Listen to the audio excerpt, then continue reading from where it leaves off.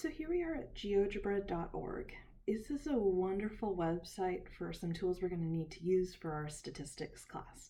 In this video, I just want to give a quick little overview of what we're going to use in here.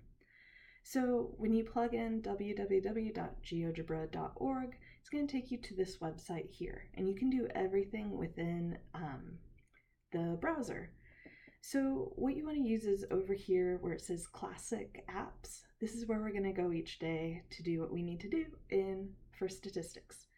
So the two sections we're going to use, spreadsheet and probability. So let's take a look at spreadsheet real quick. So when you open up spreadsheet, it'll open up a page like this. It'll load a little slowly, but here we go.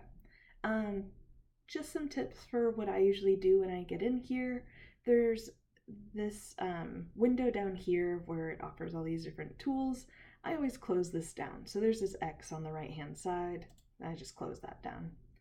Over here on the left hand side is our actual spreadsheet. So this is equivalent to what we would use in Microsoft Excel or Google Sheets. Then over on this right hand side, it's showing a graph, and we can actually close that down. So I'm just going to take you through the steps for how to kind of organize things within GeoGebra. So when we open up this window, if you go to this upper right hand corner, there are these three bars. This is your menu. So if we open that up, it opens up this large menu. And something that's in here is this view. So you see the little house symbol and it says view right next to it. This tells you what windows are showing. So as we can see, spreadsheet is showing, which is exactly what we want. Right now there's also this graphics window that has a check mark next to it. What you can do is just uncheck it, and that'll close down that window that had the X and Y axis. So that's something I usually do to start out, just to kind of clean up the view. You can leave it open, it won't affect anything, but it's just nice to have that closed down. So that's the view section of this.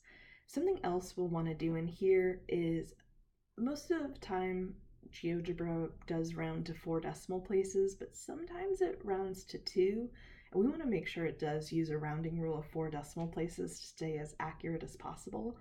So if you go down here to settings, so you see the little gear symbol and then settings, if you open this up, you can change the language, and right here is rounding.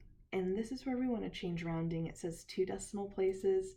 You want to adjust that to 4 decimal places.